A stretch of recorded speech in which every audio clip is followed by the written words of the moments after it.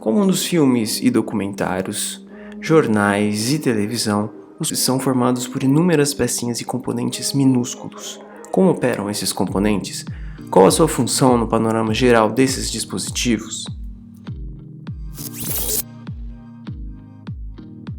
Bem-vindos de volta à nossa playlist sobre funcionamento e lógica computacional. Hoje, como prometido, vamos dar uma olhada na forma como são implementadas as funções lógicas, conteúdo da aula passada.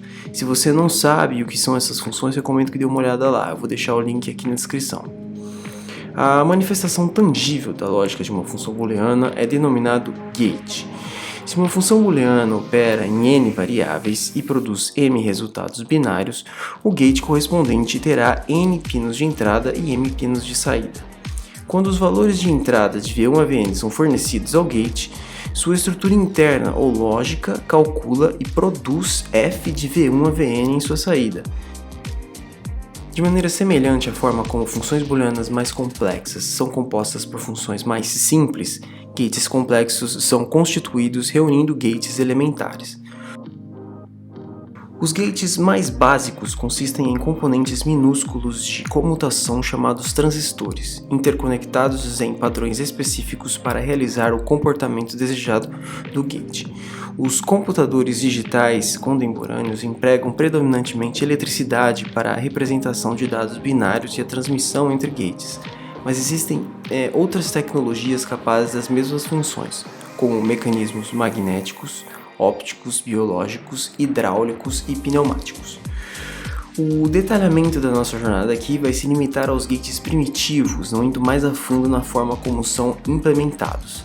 Veremos o gate primitivo como um mecanismo de caixa preta, que realiza operações lógicas elementares de uma maneira ou de outra, sem se preocupar com os detalhes intrincados. Uma vez que todos os gates lógicos possuem a mesma semântica de entrada e saída, zeros e uns, eles podem ser interligados para criar gates compostos de complexidade arbitrária.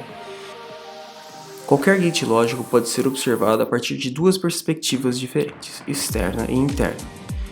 A figura da direita apresenta a arquitetura interna do gate, ou implementação, enquanto o lado esquerdo mostra apenas a interface do gate, ou seja, os pinos de entrada e saída que ele expõe ao mundo externo.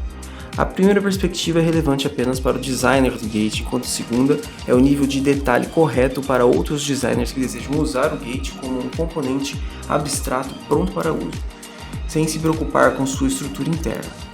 Essa interface pode ser construída usando várias implementações diferentes, algumas das quais serão melhores do que as outras em termos de custo, velocidade e simplicidade. Do ponto de vista de eficiência, a regra geral é tentar fazer mais com menos, ou seja, usar o menor número possível de gates. Para você que está gostando do conteúdo, não deixe de dar uma força para o canal. Curta, comente, compartilhe e se inscreva. Hoje em dia, planeja-se e otimiza-se a arquitetura do chip, ou gate, em uma estação de trabalho de computador usando linguagem de descrição de hardware, ou HDL, também conhecida como VHDL. O projetista especifica a estrutura do chip escrevendo um programa HDL, que é então submetido a uma rigorosa bateria de testes. Esses testes são realizados virtualmente usando simulação por computador. Além de testar a correção do chip, o projetista de hardware geralmente está interessado em uma variedade de parâmetros, como velocidade de cálculo, consumo de energia e o custo total implícito no design do chip.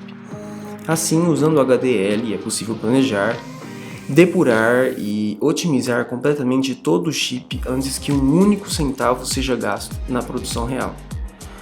Quando o HDL é considerado completo, ou seja, quando o desempenho do chip simulado satisfaz o cliente que o encomendou, o programa HDL pode se tornar o plano a partir do qual muitas cópias do chip físico podem ser estampadas. Não vamos entrar em mais detalhes de como essas linguagens de descrição de hardware são utilizadas.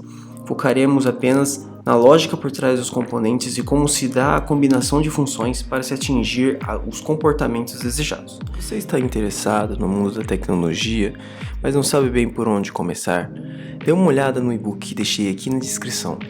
Ele é ideal para você que quer ingressar no mercado da tecnologia ou aproveitar as oportunidades que essa área oferece.